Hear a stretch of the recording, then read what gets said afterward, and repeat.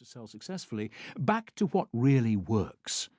Bare-knuckle selling is a highly effective, street-tested selling process that will enable you to sell more to more people more often.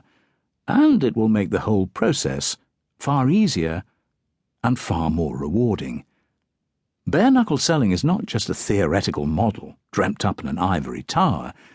It has been developed from years of hard-won experience, pounding the pavement, beating the competition, and winning the respect of the customer. Every single element of the process is tried and tested and proven to ensure you get what you want, more sales and very happy customers. It is a simple, logical, and highly effective process that is easy to follow. Perhaps the most important thing about bare-knuckle selling is that the customer is the most important person. Your customers will love the bare-knuckle selling process. In fact, they won't think they have been sold to. They will think that they have made a wise decision to buy. Your customer will be right. When a customer buys something as a result of the bare-knuckle selling process, you can be certain that they will be delighted with it.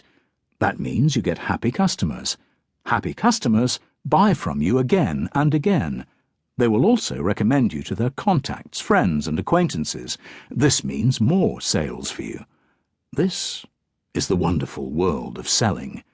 A world that is exciting and satisfying. The only people who won't like bare-knuckle selling are your competitors. Good luck and good selling. Selling makes the world go round. If you ask the average man or woman on the street to describe a salesperson, what do you think they would say? Slimy, rip-off merchant, shyster, con artist, pushy, fast-talking, flashy, manipulative, snake oil salesman, Dave the dodgy double-glazing guy, Arthur Daly-style used car merchants, liars, deceitful, and they're just the more polite comments. With that stereotype floating around our society, is it any wonder that the world of selling is regarded with suspicion? I'm prepared to place a bet that very few people listening to this book were encouraged by their parents to pursue a career in selling. It is not exactly the career most parents have in mind for their children. Be a doctor, solicitor, manager, shop assistant, perhaps even a bank robber, but not a salesperson. Is it any wonder that parents would feel like this with the stereotypical salesperson being so mistrusted?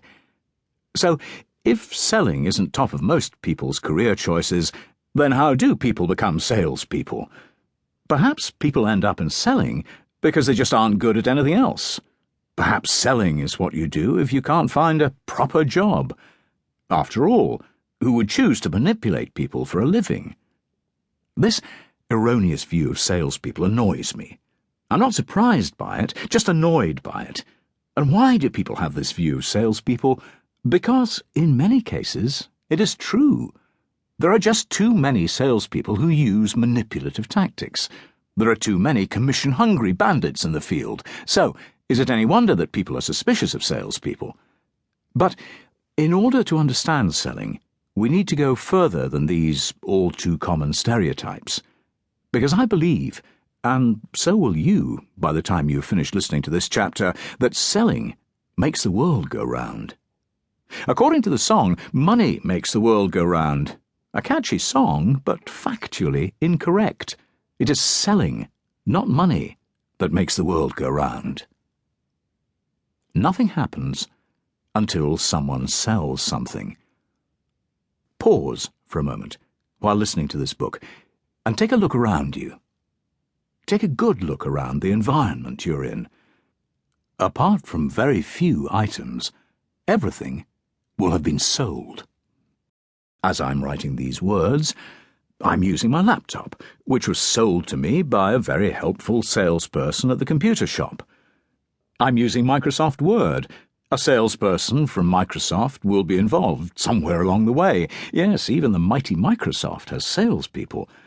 My laptop is plugged into the mains. I signed up for my current electricity supplier when a salesperson knocked on my front door and told me that I could save money by switching suppliers.